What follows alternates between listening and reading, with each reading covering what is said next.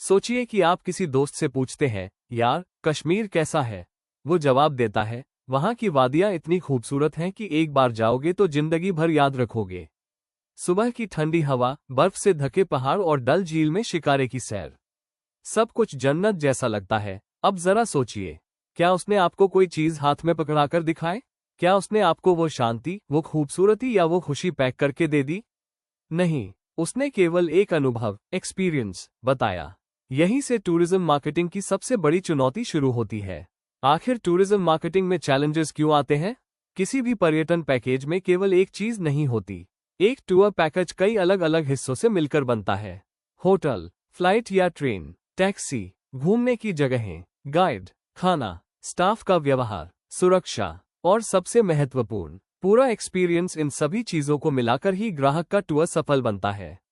इसलिए tourism marketing में केवल होटल बेच देना या फ्लाइट दिखा देना काफी नहीं होता। मार्केटर को यह समझना पड़ता है कि ग्राहक किस चीज को सबसे ज्यादा महत्व देगा। प्रोडक्ट और सर्विस का सही मिक्स। टूरिज्म हमेशा प्रोडक्ट और सर्विस का मिश्रण होता है।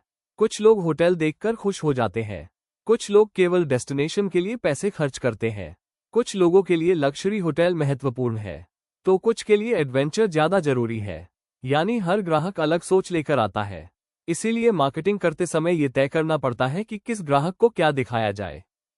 टेंजिबिलिटी और इंटेंजिबिलिटी की सबसे बड़ी चैलेंज अब इस अध्याय की सबसे महत्वपूर्ण समस्या समझते हैं।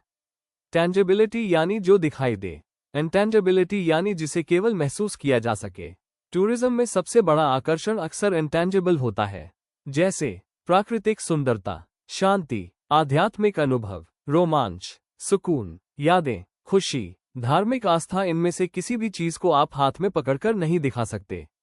लेकिन दूसरी तरफ कुछ चीजें पूरी तरह टैंजेबल होती हैं। होटल, फ्लाइट, टैक्सी, खाना, कमरा, रिजॉर्ट, एयरपोर्ट, बस। यानी ग्राहक एक साथ दोनों खरीद रहा है। ग्राहक असल में खरीदता क्या है? मान लीजिए दो लोग वैष्णो देवी जा रहे हैं। क्या वे केवल होटल देखने जा रहे हैं? नहीं, वे दर्शन करने जा रहे हैं। उनके लिए मुख्य चीज है धार्मिक अनुभव।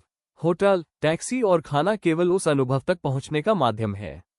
इसी तरह लोग गोवा केवल होटल देखने नहीं जाते, वे जाते हैं बीच फील लेने, सनसेट देखने, नाइट लाइफ एंजॉय करने, रिलैक्स होने। यानी मुख्य बेनिफिट एक्सपीरियंस है, बाकी सब केवल उसे आसान बनाते हैं।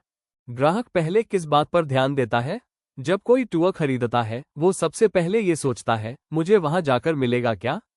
उसके बाद वो सोचता है, कौन सा होटल है, कौन सी एयरलाइन है, कौन सी कैब मिलेगी। यानी पहले एक्सपीरियंस बिकता है, फिर सुविधाएं बिकती हैं। लेकिन अगर होटल बहुत खराब हो, सड़क टूटी हुई हो या फ्लाइट बार बार डिले हो, तो वही ग्राहक पूरा टूर खराब मान लेता है।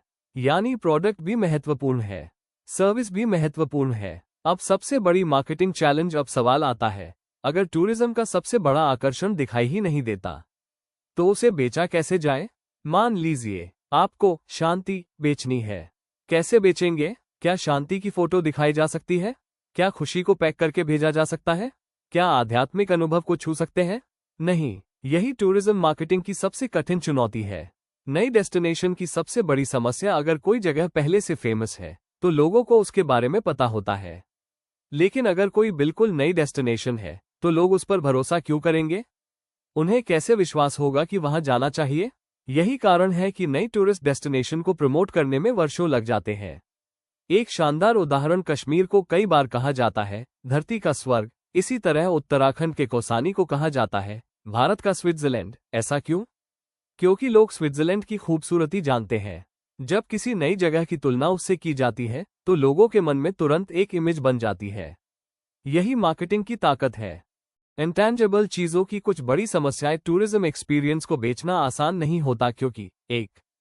इसे स्टोर नहीं किया जा सकता, एक्सपीरियंस को गोदाम में नहीं रखा जा सकता। 2. इसका पेटेंट नहीं कराया जा सकता।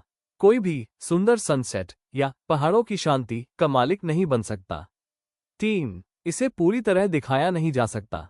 वीडियो और फोटो केवल झलक दिखाते हैं, असल अनुभव वहां पहुंचने के बाद ही मिलता है। 4. इसकी कीमत तय करना कठिन होता है।